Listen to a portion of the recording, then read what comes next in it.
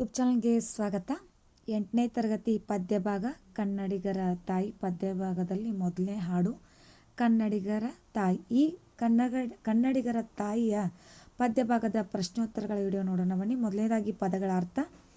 ಪದಗಳ ಅರ್ಥನ ಇಲ್ಲಿ ಬರೆಯಲಾಗಿದೆ.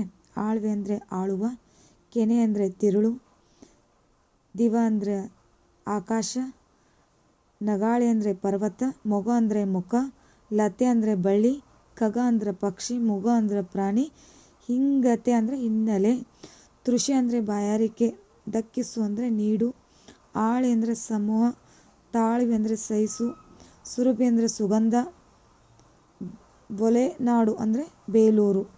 ಇನ್ನು ಕೃತಿಕಾರರ ಪರಿಚಯ. ಕನ್ನಡದ ಪ್ರಸಿದ್ಧ ಕವಿಗಳಲ್ಲಿ ಒಬ್ಬರಾದ ಎಂ. ಗೋವಿಂದಪ್ಪಯ್ಯ ಅವರು 1883ರಲ್ಲಿ ಕಾಸರಗೋಡಿನ ಮಂಜೇಶ್ವರದಲ್ಲಿ ಜನಿಸಿದರು. ಇವರು ರಚಿಸಿದ ಪ್ರಮುಖ ಕೃತಿಗಳೆಂದರೆ ಚಿತ್ರ-1, ಹೆಬ್ಬೆರಳು, ಭಗವಾನ್ ಬುದ್ಧ ಇತ್ಯಾದಿ. ಇವರ ಅಪೂರ್ವ ಸಾಧನೆಗೆ ರಾಷ್ಟ್ರಕವಿ ಬಿರುದು ದೊರಕಿದೆ. ಅಭ್ಯಾಸದಲ್ಲಿ ಮೊದಲನೇದಾಗಿ ಕೊಟ್ಟಿರುವ ಪ್ರಶ್ನೆಗಳಿಗೆ ಒಂದು ವಾಕ್ಯದಲ್ಲಿ ಉತ್ತರಿಸಿ. ನಮ್ಮನ್ನು ಆಳುವವರು ಯಾರು? ನಮ್ಮನ್ನು ಆಳುವವರು ಕನ್ನಡ ತಾಯಿ. ಲತೆ ಯಾವುದನ್ನೆಲ್ಲ ನೀಡುತ್ತದೆ? ಲತೆಯು ಪತ್ರ ಪುಷ್ಪಗಳನ್ನು ನೀಡುತ್ತದೆ. ಕನ್ನಡ ತಾಯಿಯ ಬಸಿರ ಹೊನ್ನಗಣಿ ಯಾರು? ಕನ್ನಡ ತಾಯಿಯ ಬಸಿರ ಹೊನ್ನಗಣಿ ವಿದ್ಯಾರಣ್ಯರು. ಕನ್ನಡ ತಾಯಿಯ ಬಸಿರ ಹೊನ್ನಗವಿ ವಿದ್ಯಾರಣ್ಯರು. 4ನೇದು ಕನ್ನಡ ತಾಯಿಯ ಹಾಡನ್ನು ಯಾವುದರಿಂದ ಉಕ್ಕಿಸಬೇಕು? ಕನ್ನಡ ತಾಯಿ ಹಾಡನ್ನು ಹೊಸತು ಕಿನ್ನರಿಂದ ಉಕ್ಕಿಸಬೇಕು. ಕನ್ನಡಿಗರ ಹಾಡು ಏನು? ಮೃಗದ ಸೇಡು ಕನ್ನಡಿಗರ ಹಾಡು. ಕೊಟ್ಟಿರುವ ಪ್ರಶ್ನೆಗಳಿಗೆ 2-3 ವಾಕ್ಯಗಳಲ್ಲಿ ಉತ್ತರಿಸಿ. ಕನ್ನಡ ನಾಡಿನ ಪ್ರಕೃತಿ ವೈಶಿಷ್ಟ್ಯವೇನು? ಕನ್ನಡ ನಾಡಿನೆಲ್ಲ ಹಣ್ಣು ಕಾಯಿಗಳನ್ನು ಕೊಡುವ ವಿವಿಧ ರೀತಿಯ ಮರಗಳಿವೆ.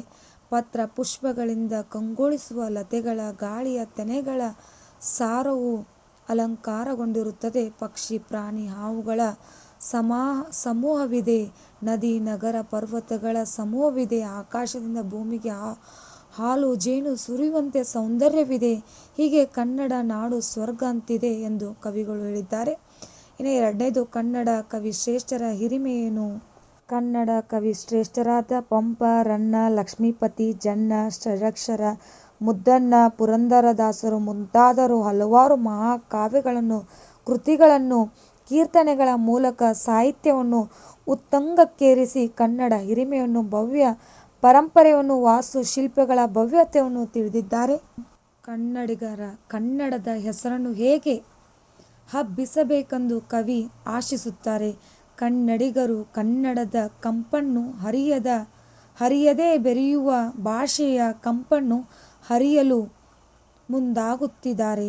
ಕನ್ನಡದ ಕಸ್ತೂರಿಯನ್ನು ಹೊಸ ಮಾತಿನಿಂದ ತೀಡಿ ಕನ್ನಡದ ಸುಗಂಧವನ್ನು ಹಬ್ಬಿಸಬೇಕು. ನವಶಕ್ತಿಯನ್ನು ಎಬ್ಬಿಸಿ ಕನ್ನಡ ಹೊಸ ಸುಗಂಧದೊಂದಿಗೆ ಇಡೀ ಜಗತ್ತಿನಲ್ಲಿ ಕನ್ನಡ ನಾಡು ನುಡಿಯ ಶ್ರೇಷ್ಠತೆಯನ್ನು ಹಬ್ಬಿಸಬೇಕೆಂದು ಕವಿ ಆಶಿಸುತ್ತಾರೆ. ಕೊಟ್ಟಿರುವ ಪ್ರಶ್ನೆಗಳಿಗೆ 4-5 ವಾಕ್ಯಗಳಲ್ಲಿ ಉತ್ತರಿಸಿ. ಮೊದಲನೇದಾಗಿ ಕನ್ನಡ ತಾಯಿಯನ್ನು ಮರೆಯಲು ಸಾಧ್ಯವಿಲ್ಲ ಏಕೆ? ಕನ್ನಡ ತಾಯಿಯು ನಮಗೆ ದರ್ಶನವನ್ನು ತೋರಿ ನಮಗೆ ಒಳ್ಳೆಯದಾಗಲೆಂದು ಹರಸುತ್ತಾಳೆ. ನಮ್ಮ ಮಕ್ಕಳನ್ನು ರಕ್ಷಣೆ ಮಾಡುತ್ತಾಳೆ. ಇವಳು ಜನ್ಮದಾತೆ. ನಮ್ಮ ತಪ್ಪನ್ನು ಸಹಿಸಿಕೊಂಡು ಅಕ್ಕರೆಯಿಂದ ನಮ್ಮನ್ನು ಕಾಣುತ್ತಾಳೆ. ನಮ್ಮ ಬಾಳು ಹಸನಾಗಿರಲಿ ಕನ್ನಡ ತಾಯಿಯ ಕಾರಣ. ನಮ್ಮ ತನು ಮನ ನುಡಿ ಎಲ್ಲರೂ ಕನ್ನಡವಾಗಿರುವುದರಿಂದ ಕನ್ನಡ ತಾಯಿಯನ್ನು ನಾವು ಮರೆಯಲು ಸಾಧ್ಯವಿಲ್ಲ. ಕವಿ ಕನ್ನಡ ತಾಯಿಯಲ್ಲಿ ಏನೆಂದು ಕೋರುತ್ತಾರೆ?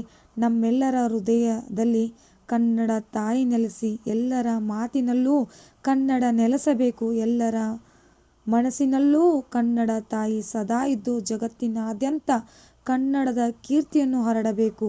ಹಾಗಾಗಿ ಕನ್ನಡ ತಾಯಿ ಎಲ್ಲರ ನಡೆ ನುಡಿ ಆಚಾರ ವಿಚಾರಗಳಲ್ಲಿ ನೆಲೆಯಾಗಬೇಕು ಎಂದು ಕವಿ ಕನ್ನಡ ತಾಯಿಯಲ್ಲಿ ಕೋರುತ್ತಾರೆ. ಗೋವಿಂದಪ್ಪಯ್ಯ ಅವರ ಪ್ರಮುಖ ಕೃತಿಗಳಾವುವು? ಚಿತ್ರ-ಬಾನು, ಹೆಬ್ಬೆರಳು, ಪಾರ್ಶ್ವನಾಥ, ತೀರ್ಥಂಕರ ಚರಿತ್ರೆ, ಬಾಹುಬಲಿ, ಗೊಮ್ಮಟೇಶ್ವರ ಚರಿತೆ, ಭಗವಾನ್ ಬುದ್ಧ ಮೊದಲಾದ ಕೃತಿಗಳನ್ನು ಗೋವಿಂದಪ್ಪಯ್ಯ ಅವರು ರಚಿಸಿದ್ದಾರೆ. ಇನ್ನು ಕೊಟ್ಟಿರೋ ಪ್ರಶ್ನೆಗಳಿಗೆ 8-10 ವಾಕ್ಯಗಳಲ್ಲಿ ಉತ್ತರಿಸಿ. ಕನ್ನಡಿಗರ ತಾಯಿ ಮೊಗ ತೋರಬೇಕೆಂದು ಕವಿ ಏಕೆ ಬಯಸುತ್ತಾರೆ? ವಿವರಿಸಿ. ಇದು ಕರ್ನಾಟಕ ಏಕೀಕರಣದ ಪೂರ್ವದಲ್ಲಿ ಕನ್ನಡ ತಾಯಿಯನ್ನು ಸ್ತುತಿಸಿ ಬರೆದ ಕವನ. ಕನ್ನಡ ತಾಯಿ ತನ್ನ ಮುಖವನ್ನು ತೋರುವ ಮೂಲಕ ಕನ್ನಡದ ಮಕ್ಕಳನ್ನು ಒಂದಾಗಿಸಬೇಕು ಎನ್ನುವುದು ಪದ್ಯದ ಮುಖ್ಯ ಆಶಯ.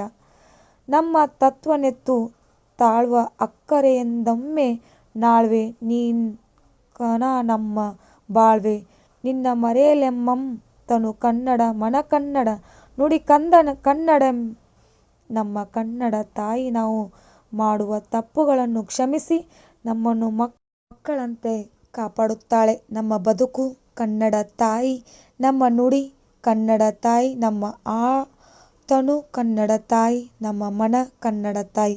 ಆದ್ದರಿಂದ ಕನ್ನಡ ತಾಯಿಯನ್ನು ಮರೆಯಲು ಸಾಧ್ಯವಿಲ್ಲ. ಕನ್ನಡ ನಾಡಿನಲ್ಲಿ ಎಲ್ಲ ಸಂಪತ್ತು ಇದೆ. ನಮ್ಮ ನಾಡಿನಲ್ಲಿ ವೈವಿಧ್ಯಮಯ ಗಿಡ ಮರ ಬಳ್ಳಿಗಳ, ನದಿ ನಗರ ಬೆಟ್ಟಗಳ, ಪ್ರಾಣಿ ಪಕ್ಷಿಗಳ ಸಂಪತ್ತಿದೆ.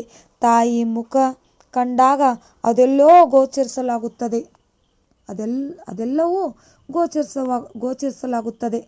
ಸೆಕೆಂಡ್ ಒನ್, ಕನ್ನಡ ನಾಡಿನ ಕವಿ ಹಾಗೂ ಕಲೆಯ ಮಹತ್ವವನ್ನು ವಿವರಿಸಿ. ಕನ್ನಡ ಆದಿಕವಿ ಪಂಪ, ಕವಿ ಚಕ್ರವರ್ತಿ ರನ್ನ, ಕವಿ ಲಕ್ಷ್ಮೀಶ, ಕವಿರತ್ನ ಜನ್ನ, ಷಡಕ್ಷರಿ ಮುದ್ದಣ್ಣ ಮೊದಲಾದವರು ಮಹಾಕಾವ್ಯಗಳನ್ನು ರಚಿಸಿದ್ದಾರೆ. ದಾಸಶ್ರೇಷ್ಠರಾದ ಪುರಂದರದಾಸರು, ಕನಕದಾಸರು ಮೊದಲಾದವರು ಭಕ್ತಿ ಪ್ರಧಾನವಾದ ಕೀರ್ತಿಗಳನ್ನೆಲ್ಲ ರಚಿಸಿ ದಾಸ ಸಾಹಿತ್ಯವನ್ನು ಬೆಳೆಸಿದವರು. ವಿದ್ಯಾರಣ್ಯ ಗುರುಗಳು ವಿಜಯನಗರ ಸಾಮ್ರಾಜ್ಯದ ಸ್ಥಾಪನೆಗೆ ಪ್ರೇರಕ ಶಕ್ತಿಯಾಗಿ ನಿಂತವರು. ಹೀಗೆ ಕನ್ನಡ ನಾಡಿನ ಕವಿ ಶ್ರೇಷ್ಠರ ಹಿರಿಮೆಯಾಗಿವೆ. ಹಳೆಬೀಡು, ಬೇಲೂರಿನ ಶಿಲ್ಪಕಲಾ ಸೌಂದರ್ಯ, ಜಗದ್ವಿಖ್ಯಾತರಾದ ಶ್ರವಣ ಬೆಳಗೊಳ, ಕಾರ್ಕಳದ ಬಾಹುಬಲಿ ಮೂರ್ತಿಗಳು ಸುಂದರವಾಗಿವೆ. ಕನ್ನಡ ನಾಡಿನ ಇತಿಹಾಸದ ಹಿನ್ನೆಲೆಯ ಕಥೆಯನ್ನು ಸವಿಯಾದ ಹಾಲಿನಂತಿರುವ ಮಾತುಗಳಿಂದ ವರ್ಣಿಸುತ್ತದೆ ಎಂದು ಕವಿಗಳು ಕನ್ನಡ ನಾಡಿನ ಕವಿ ಹಾಗೂ ಕಲೆಯ ಮಹತ್ವವನ್ನು ಕುರಿತು ಬಹು ಸ್ವಾರಸ್ಯಪೂರ್ಣ ವರ್ಣಿಸುತ್ತಾರೆ. ಸರಿತ ಖಗ ಮೃಗೋಗಾಳಿಯ ಈ ಆಕೆ. ಪ್ರಸ್ತುತ ವಾಕ್ಯವನ್ನು ರಾಷ್ಟ್ರಕವಿ ಎಂ. ಗೋವಿಂದ ಪೈ ಅವರು ರಚಿಸಿದಂಥ ಕನ್ನಡಿಗರ ತಾಯಿ ಎಂಬ ಪದ್ಯದಿಂದ ಆಯ್ದುಕೊಂಡಿದೆ. ಸಂದರ್ಭ: ಕನ್ನಡ ನಾಡಿನ ಕವಿಗಳು ನಮ್ಮ ಕನ್ನಡ ನಾಡಿನ ಪ್ರಕೃತಿ ಸೌಂದರ್ಯವನ್ನು ಕುರಿತು ವರ್ಣಿಸುವ ಸಂದರ್ಭದಲ್ಲಿ ಈ ಮಾತನ್ನು ಹೇಳಿದ್ದಾರೆ. ಸ್ವಾರಸ್ಯ: ನಮ್ಮ ಕನ್ನಡ ನಾಡಿನಲ್ಲಿ ಸಸ್ಯ ಸಂಪತ್ತು, ಪ್ರಾಣಿ ಪಕ್ಷಿಗಳ ಸಂಪತ್ತು ತುಂಬಾ ಹೇರಳವಾಗಿ ಇದೆ ಎಂಬುದು ಈ ಮಾತಿನ ಮೂಲಕ ಬಹು ಸ್ವಾರಸ್ಯಪೂರ್ಣವಾಗಿ ಮೂಡಿಬಂದಿದೆ. ಸಂದರ್ಭನ ಇಲ್ಲಿ ಕೆಳಗಡೆ ಬರೆಯಲಾಗಿದೆ. ಖಗ ಮೃಗೋಗಾಳಿಯದು. ಆಮೇಲೆ ಸೆಕೆಂಡ್ ಒನ್, ನಿನ್ನ